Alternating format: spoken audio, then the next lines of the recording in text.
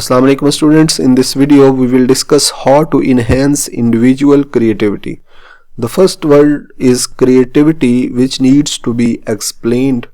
Creativity means to create something by using your own imaginations or by using your original and real ideas. So creativity is the process of creating something by using your own imaginations or by using your own ideas. And in this video we will discuss how we can enhance creativity, how we can beautify the process of creativity. हम किसी भी चीज की creativity को अच्छा करने के लिए, इनहेंस करने के लिए क्या क्या पॉइंट्स हमने माइंड में रखने होते हैं, तो उसको आज हम इस वीडियो के अंदर डिस्कस करेंगे। इसके कुछ पॉइंट्स हैं। सबसे पहला पॉइंट है viewing problem as an opportunity. इसका मतलब सिंपली ये है कि कोई भी प्रॉब्लम एक मार्केट के अंदर, एक रीजन के अंदर, एक एरिया के अंदर क्रिएट होती है, तो आपने as a creative person, as a business person, आपने उसको अपॉर्चुनिटी के तौर पे परसीव करना है। You have to see that problem, that need of the customer, that demand of the customer as an opportunity. अपने बिजनेस के लिए आपने उसको क्या अपॉर्चुनिटी के तौर पे देखना है, और उस प्रॉब्लम के सलूशन के लिए आपने जो एक लाहे अमल तैयार करना है, आपने एक आउटलाइन तैयार करनी है, जो एक नया solution you have to think the solution of that problem, that need and that demand. That will be your individual creativity. Is a key aspect of growth mindset and is crucial for enhancing creativity and innovation. दो words होते हैं, innovation और invention. Innovation का मतलब होता है कोई भी प्रोडक्ट है ऑलरेडी मार्केट के अंदर मौजूद है, उसके अंदर adding some new features, improvements लेके आना किसी भी ऑलरेडी मौजूद प्रोडक्ट के अंदर, ठीक है। और इन्वेंशन का मतलब होता है कि एंटायरली न्यू प्रोडक्ट लॉन्च कर देना।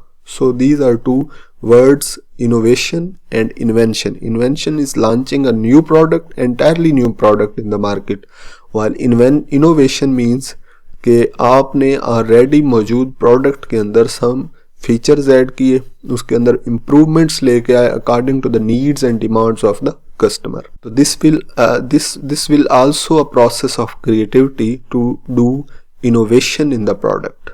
ठीक है. When faced with a problem, rather than becoming discouraged or giving up, individuals with a growth mindset see the situation as an opportunity to learn, grow and find a new solution. किसी भी problem को आपका अगर mind set ये होगा कि आपने हर problem को एक अपॉर्चुनिटी के पॉइंट ऑफ व्यू से देखना है, तो आपके लिए ये बहुत अच्छा जो है वो चीज़ होगी कि आप उससे क्रिएटिव प्रोसेस लर्न करें, आप ग्रो कर सकें एज अ क्रिएटिव पर्सन, और उसके लिए एक अच्छा सोल्यूशन जो है वो ढूंढ सकें.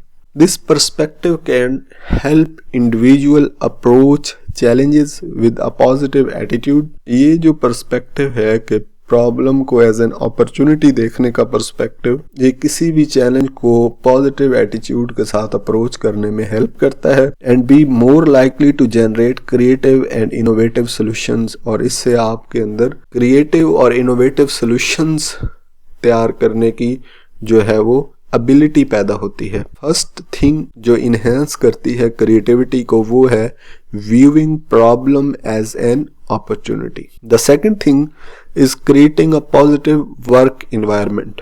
जो वर्क इन्वायरमेंट है, जहाँ पे आपका काम हो रहा है बिजनेस के अंदर, जहाँ जो ऑन द फ्लोर थिंग्स हैं, वहाँ पे आपने उस इन्वायरमेंट को पॉजिटिव बनाना है. कोई भी बंदा क्रिएटिव आइडिया लेके आता है, तो उसको आपने सुनना है, उसको देखना है, उसको जज करना है, बल्कि आपने उसको जज करना है और उसको अप्रिशिएट करना है. ठीक है, आप एक अप्रिशिएटिव इन्वायरमेंट क्रिएट करें. Is essential for fostering creativity, innovation and overall job satisfaction among employees. तो सेकंड पॉइंट जो है वो creating a positive work environment. The first is viewing problem as an opportunity. Third है monitoring emerging trends, कि कोई भी नए trends आ रहे हैं उनको मॉनिटर करना. Is important for the entrepreneurs and the businesses to stay ahead of the curve and remain competitive by staying informed about the latest advancement and developments in their industry.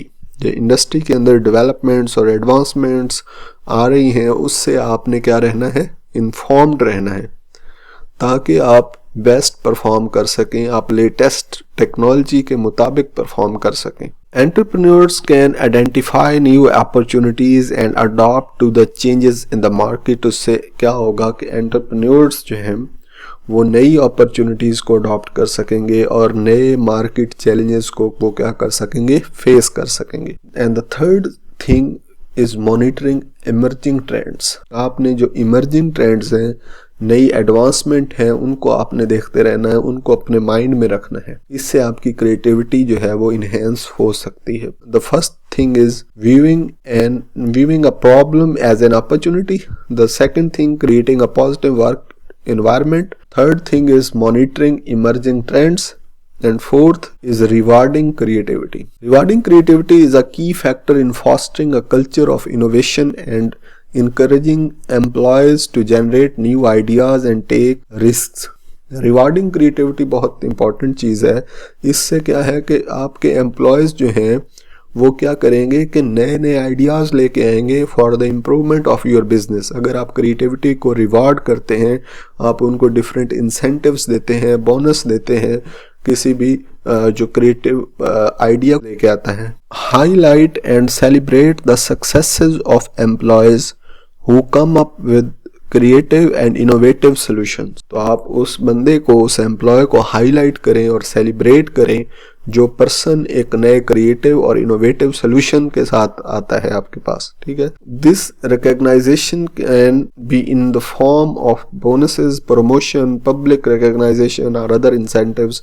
कोई भी बंदा creative process, creative idea लेकर आता है तो आप उसको क्या करें, उसको रिकग्नाइज करें, उसको जो है वो अप्रिशिएट करें, उसको बोनस दें, प्रमोशन दें, ताकि लोगों के अंदर क्रिएटिव आइडियाज़ लेके आने का रुझान बढ़े और उनको इस चीज़ की एप्रिसिएशन मिले और ज़्यादा से ज़्यादा लोग क्रिएटिव आइडियाज़ लेकर आएँ।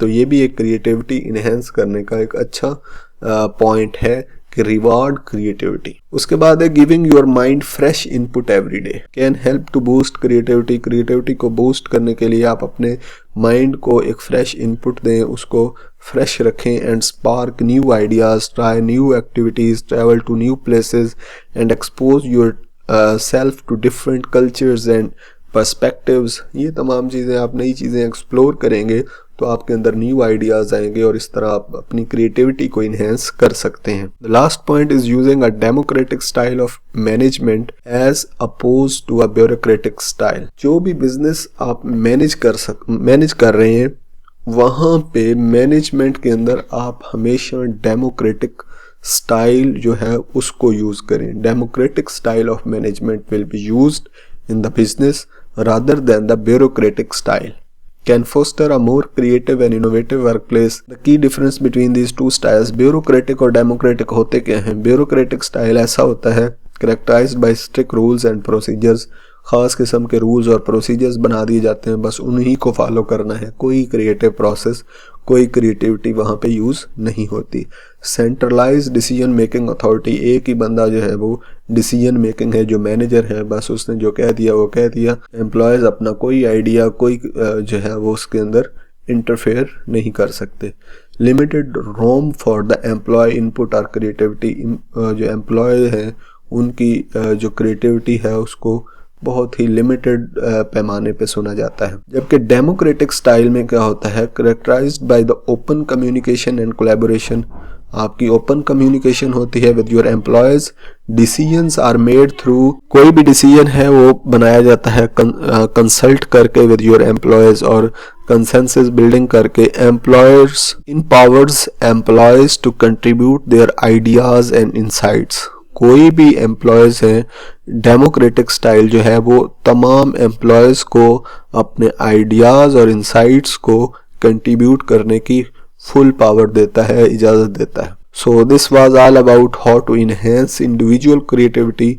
अगर आपको ये वीडियो अच्छी लगी तो हमारे यूट्यूब चैनल को सब्सक्राइब और वीडियो को लाइक एंड कमेंट कर दें। Thank you very much.